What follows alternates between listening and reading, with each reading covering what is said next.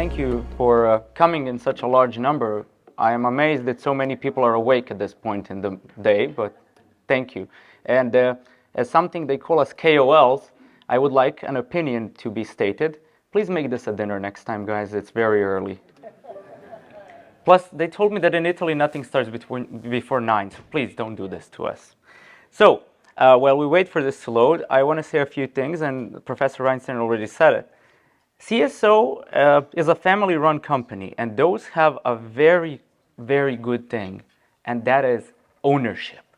Once you become a corporation, and once you become conjoined with business interests and processes and optimizations, you lose the innovation. And when you know that there's a guy like Francesco or Andrea or anyone else in the company that you have a problem, you call and you say, listen, this is happening, fix it for me. The fact that they actually listen and are able to do it is amazing. So please, girls, don't sell the company to anyone for at least the next 20 years. I got to practice for a few more years. Because if you go corporate, everything grinds to a halt. Especially projects like the one that I'm going to show you now, because that project in itself has no real sense. So, without further ado, when they finally loaded it, I'll talk about the open field aberrometer, so far called OFA. But before we start, I always like to say what are the biggest enemies of refractive surgery, and that with the work that's being done by the World College of Refractive Surgeons and RSA and ESCRS and the organizations like that, we need even more. We need to set our brains differently, because the problem is there are still many doctors who accept binocular 20/20 after laser vision correction as a good outcome, or 20 happy and similar things from the 90s when we did not have the devices we needed to make it good. I also don't really like Scheinflug because, as Professor Einstein showed you, the amount of information it gives you is, especially in harder cases, not enough. I also know some people who don't refract after surgery, just punch an ARK and say, it's good enough. And the worst of all, and this is, I think, the biggest issue from the doctors in this room, and it is, my tech takes the scans, I just look at the paper. If you allow the technician to control the process of acquisition of the data you are using to treat the patient and not understand the technology behind it, you are doing a disservice, not just to your patient, but to yourself. How do you know that it's a good scan? How do you know that he couldn't done it better? You saw how Professor Einstein's guys manually have to look at the epithelium. Do your guys do that? No, you just accept that the epithelial map is junk and get on with it. So in our minds, we need a mindset change. Refractive surgery is done on it's an elective procedure on healthy people. It's not cataract surgery, it's not retinal detachment surgery, we're not saving anyone's life. There is no room for imperfection. So, this is one of these imperfections that is driving me insane personally, and this is the problem. Yeah, it is. If you go into any literature, the most common way of reporting vision is either logMAR or 20/20, but it just talks about the number of letters the patient read. And it's fascinating because we know not all 20/20 is created equal. My 20/20, his 20/20, or your 20/20, it's not equal because there are these things called aberrations and even things above them that influence the quality of vision. Without aberrometry as the daily tool we use, we are denying ourselves the knowledge to improve ourselves and understand why our patient is unhappy. This is from my own practice when I really started to stop asking them, how do you see, and start telling them, do you see a soft image around every angle? Yes. And then I got into trouble because I'm now actively seeking them to tell me what's wrong with their vision, but that's the only way for myself to get better. So sometimes you have them, they're there, maybe it's a higher order aberration. So to start, we need to explain what they are. The best way to start is MTF, and I love everyone knows MTF, right? Who doesn't think in MTF numbers? Who doesn't consider the MTF value of the IOLs they're implanting? You know, there's a lens from J&J that's 43% better MTF at a 3mm optical. It's technobabble. In Star Trek, when they would have a problem, they would just invent technobabble to cover the plot, how they fixed the warp core and got to the next episode. And MTF is the same. It's a word optical scientists use to sound smarter than us doctors who actually have to talk to these people. So I don't think any one of us draws lines like this and explains MTF to our patients. But the easiest way for you to understand is MTF is the ability to see that two lines are separated. And the more they are, the less contrast they have and the more they're close, the better the MTF is. That's it. That's everything you need to understand. And it's like that. You got a cheap lens and a very, very expensive lens, and the amount of issues it creates, so you can still discern two things. Now, in our visual system, the first step is the cornea, then you have the lens, then you have the vitreous, and then you have the retina doing sharpening. Because if you think about light falling on your photoreceptors, why is everything sharp? Because the brain says, okay, this receptor received intensity 10, this received 8, and this got 4. Let's cut the 4 to make the image sharper. It's built-in sharpening, AI, right? So how can we simulate this? So we had the first thing. I stole this from Professor Gattinell's website because, easier than to make it on your own. You got Hartmann shock. And the idea is you shine a light, and then you look at the light coming into individual lenslets.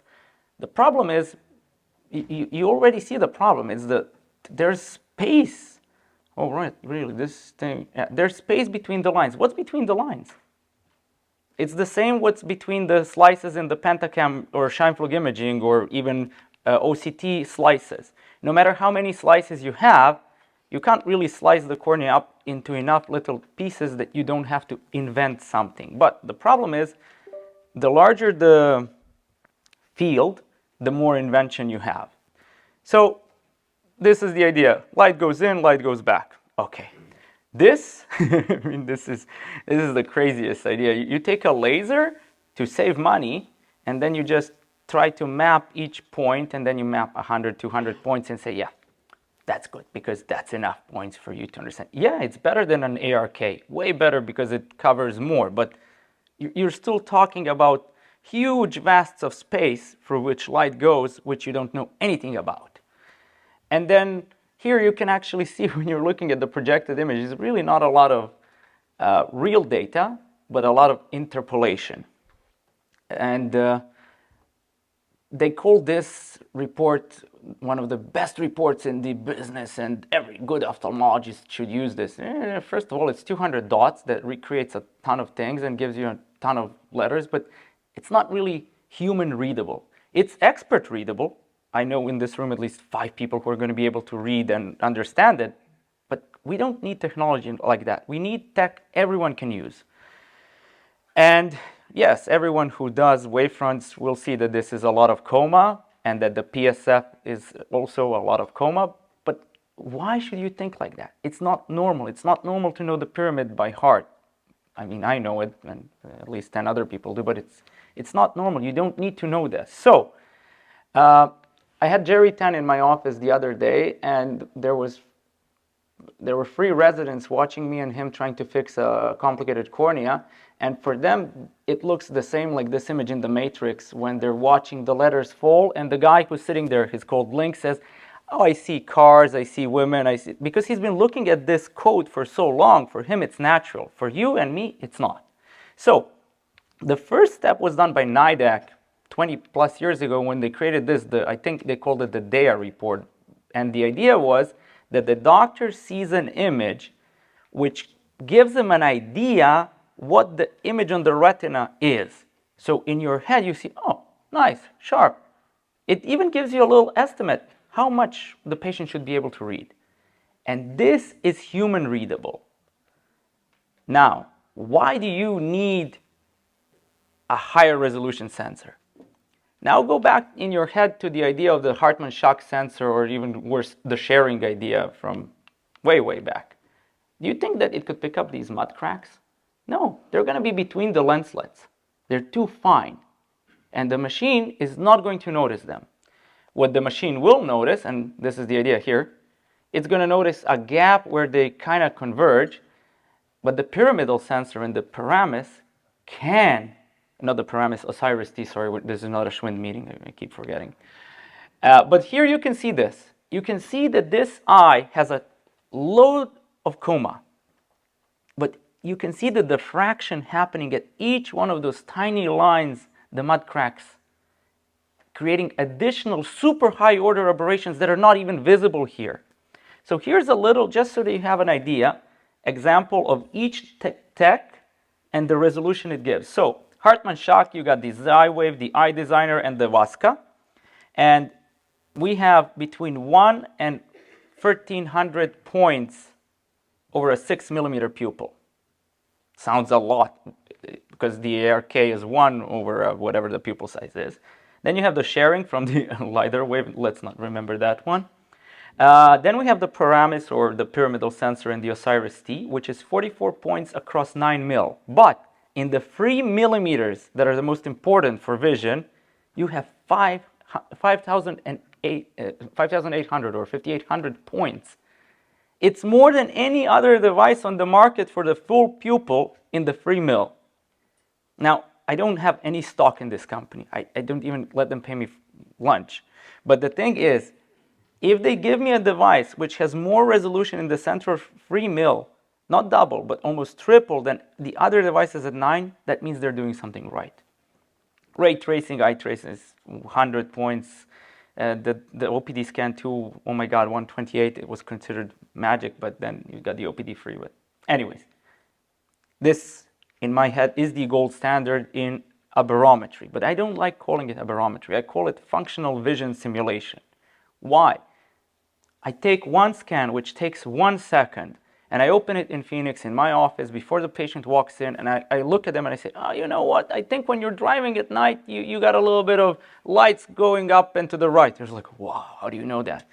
I got a nose for these things. They think we're like some sort of magicians, but what's magic? Just high enough tech that the other guy doesn't understand it. This is an example of a patient with keratoconus. And on the left side is the right eye, on the right eye is the left eye. It sounds strange, but it is. Anyways, you see that the quality of his vision is quite poor, even at a very small pupil size. And he goes to his doctor and he reads 80% unaided. And the doctor's like, hey, why are you complaining? He's like, it's not good. But you see 8 lines, but it's not good. And this, they all come to me with the same story. I don't see well, doctor. I see the shadows. I say, how many times do you see the letter K? And they're like, hundreds, thank you. I actually print this out for almost every keratoconic patient to take home and show their parents, their friends, or their partners what their vision is like, because no one understands this unless they have it. And then you have this tool of virtual glasses, and you can see what the glasses can do to improve the lower order aberrations in this patient. And you can even go for the Seidel correction, which kind of helps with the coma and a little with the spherical aberration. This, you can show a patient who's had, let's say, a premium IOL with EDOF tech, and they're saying, but the doctor, nothing is sharp, nothing is clear. But then you show them, yes, nothing is sharp and nothing is clear, but look how much vision you have. You see that you have good vision from distance to intermediate without any real problems. It's a continuous gap. I don't need to do a defocus curve to prove it to him. So it's a tool that helps you understand. Sometimes you can catch them faking, and they say, I don't see my computer. You can look at this and you say, you're faking it. It's really that good, except for diffractive optics. Those are a problem. When they have PCO, every time they come and say, I had cataract surgery years ago and now I'm blind again, doctor, please help me. I always take the scan and I show them the pearls, and then after we YAG them, I print another report for them so they see that they're gone. And then I charge YAGs 500 euros if I want to, if I don't like them. Because you show them the improvement instantly. This is a patient who was seen by 4 different, I need to use air quotes, sorry, refractive surgeons. Had LASIK for low myopia a few years ago and is extremely unhappy. And every time he goes to his doctor, he says, but your vision is 20/12. Why are you complaining? But I cannot drive. But why are you complaining? So what happens is every time he goes to his doctor, he does that in the morning or, early afternoon. his pupil is below 5 millimeters. His optical zone was with a wave light, so it's 6.5. But if you look there in the report for his pupil, God damn it. If you look at the pupil size, you see that the pupil is quite large. And when you simulate the vision, you see that the image becomes very unsharp as soon as the pupil extends out of the optical zone. So what you did, you just take the wavefront, enlarge the optical zone, and he's the happiest person you've ever met. He was 2012 before, now he's 2016, but all the time for all pupil sizes. So without aberrometry, you couldn't really understand this unless you were refracting him manually for every pupil size, which doesn't make a lot of sense. But we're here to talk about a new player. You guys are a little bit older, most of you, than me. Anyone ever play Nintendo? There's a game in the Nintendo franchise called Super Smash Brothers, and when a new player enters the arena to battle it out, it kind of gives this bang. So a new player joins. Why do we need OFA? And again, this is one of those very nice explanations like MTF, which Francesco generated. And basically, when you look at a thing which is near, you have a commutative response. Now, that's not too important in myopia, but it does make a little bit of a difference in hyperopia. And it can hide some problems in, let's say, people in my age group, which is 36 to 45, when there's loss of accommodation and loss of compensation. But what we do is, if we take an open device and measure it out like this, the target is far away. Now, this was the prototype, and Francesco, that's your daughter, right? Yep. And that's him during COVID designing this thing. So the idea is, it's the Paramus sensor inside a box with a reflector. So the patient has a target, which is at least 4 meters away. You get a big laser light, which is really nice. They focus on it, and it's magical. It allows you to capture more true refractions, but the coolest part, all my pupil sizes are now 0.7 to 1.2 millimeters larger during measurement than on Osiris pupillometry. So now I'm getting more device aberrometry data than I used to get pupil size, which instantly tells you that even though we turn off the lights for the pupil measurement on the Osiris or MS39, we're still accommodating a little bit because the device is just in front of you. Okay? Again, the sensor is the same, everything is the same, but it does have another neat, cool feature, and that's why it's kind of colorish. It does axial measurements as well. So their original idea was that this is going to be for myopia control, but I think that the original idea is wrong. This is going to be the de facto gold standard in visual simulation, in my mind. Now, there is still validation in progress. This is the raw data set where we're comparing it to Myopia Master and then checking other things, and Victor has already done a lot of work. But I just want to show you this. This is the agreement, and Victor, thank you for doing this because we stole your data. Mine's not ready yet. Thank you. But that's a trained optometrist. How many years of experience, Victor? 10? Okay. And the agreement between his mydriatic refraction and what the OFA captured during normal dry conditions. And you can see that the agreement is extremely high in both myopic and hyperopic patients. And then if you look at the J0, J45 angles, where you use matte to make things simple, it's also very good agreement. And there is one more thing, and I God rest his soul, Steve Jobs had this, and it was the best thing ever. This is the axial length compared from OFA and MS39. And MS39 was already validated on axial length with IL Master 700 as the baseline. And this is MS39 and OFA. You are now going to buy a device which is going to be not too expensive, which is going to allow you to do myopia control, but also every single refractive patient is going to have a non-accommodating aberrometry capture and axial length, and it becomes second nature. You don't need, right now for every patient I do, I take their axial length on the day of exam, so when I laser them and they come back in 7 years and say, oh, my prescription is back, I say, no, let's check your axial length, and bang. It's an extra device that I need to take them to. Now, it's all going to be on one little device, and the scans are still below 1 second. And now comes the cool part. Here's the same guy. This is this is funny. He had hyperopic LASIK on what do you call it? An Alcon, and he was centered on the pupil, not on the visual axis. And on the right is the capture from OSIRIS-T. Both are dry, and on the left is the capture from OFA. First of all, you can see that the OFA captured 1.7 millimeters more wavefront data for the same patient. But what it does, it allows you to understand why he's unhappy and why he's having headaches. He's having headaches because look where his zone is and look where the center of the circle for the optical pathway is. It's offset. That's causing his headaches. Here, an example for a myopic patient. So, normal scan captured 6.3 on OSIRIS-T in total darkness. And then OFA in, not scotopic conditions, mesopic at best, captures 7.1. So you're going to get a device which gives you more data, axial length, and more accurate data. I don't know how it's going to survive, but for people who still don't get it, I made this meme yesterday. Why is OFA better? It's better.